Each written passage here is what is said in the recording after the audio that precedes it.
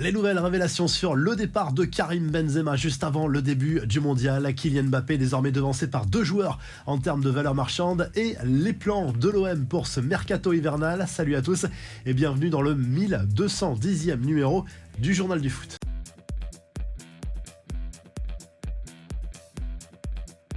Et avant de découvrir les sujets croustillants de ce vendredi, un œil sur la Coupe de France avec le coup d'envoi des 32e de finale ce vendredi. Le PSG joue à Châteauroux ce vendredi soir à partir de 21h. Sans ses stars, Neymar, Messi et Kylian Mbappé sont absents pour différentes raisons et préservés en vue des prochaines échéances à venir pour le club parisien. En Ligue 1, notamment, l'Olympique de Marseille jouera ce samedi face aux amateurs du Hier Football Club, un club varois de 4e division, alors que Monaco affrontera Rodez et que Lyon sera opposé au FC Metz.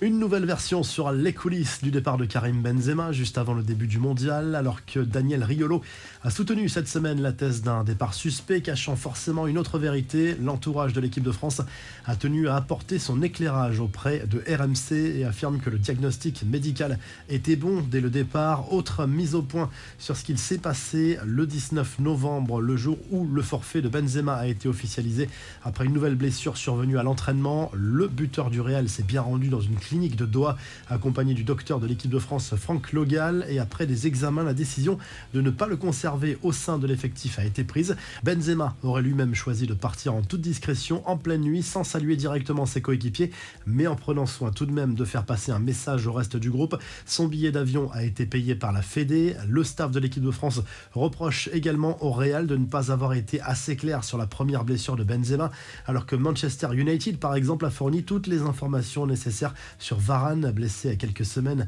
avant le mondial, est revenu à partir du 2e match des Bleus lors de cette Coupe du Monde. Pour l'encadrement de l'équipe de France, il y avait un loup dès le départ concernant les pépins physiques de Benzema. Le joueur, lui, n'aurait pas répondu à plusieurs appels de l'entourage des Bleus qui voulait lui envoyer un membre de l'équipe médicale pour des soins.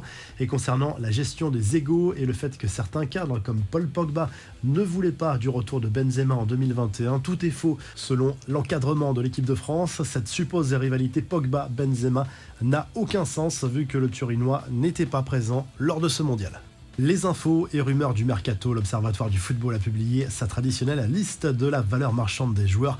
Et à la première place, ni Mbappé ni Haaland, c'est Jude Bellingham qui est désormais le joueur potentiellement le plus cher du monde.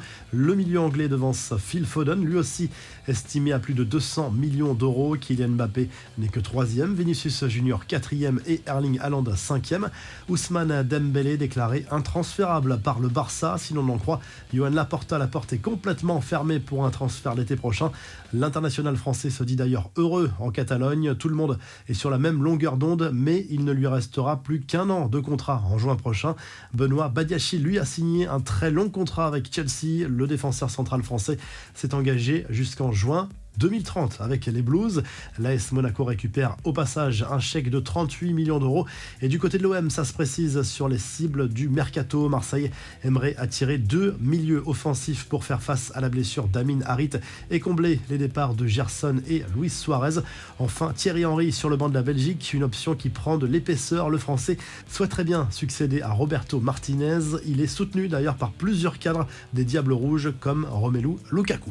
Allez, on termine avec la traditionnelle revue de presse Top Stars, titre le journal L'Équipe. Ce vendredi, le quotidien sportif a élu Kylian Mbappé et Lionel Messi, champions des champions France et monde après leur brillante Coupe du Monde en 2022. Et les deux hommes pourraient d'ailleurs se disputer le prochain Ballon d'Or dans quelques mois. La Ligue des Champions aura sans doute son importance et les performances des deux joueurs seront forcément scrutées de près du côté de l'Angleterre. Le Star Sport revient sur le choc de la Première Ligue entre Chelsea et Manchester City, remporté par les joueurs de Pep Guardiola 1-0 grâce à un but signé Riyad Mahrez. Les Citizens reviennent à 5 points du leader Arsenal et ça va de plus en plus mal pour les Blues, désormais décrochés de la course à la Ligue des Champions, même s'il reste encore de nombreux matchs. Et du côté de l'Espagne, le Mundo Deportivo présente Ansu Fati comme l'arme offensive numéro 1 du Barça en l'absence de Robert Lewandowski qui, on le rappelle, est suspendu en Liga pour 3 matchs. Le quotidien sportif qui revient également sur les propos de Johan Laporta, le président du FC Barcelone, qui croit toujours à la création d'une Super League, peut-être même dès 2025. Si le journal du foot vous a plu, n'hésitez pas à liker, à vous abonner pour nous retrouver très vite pour un nouveau journal du foot.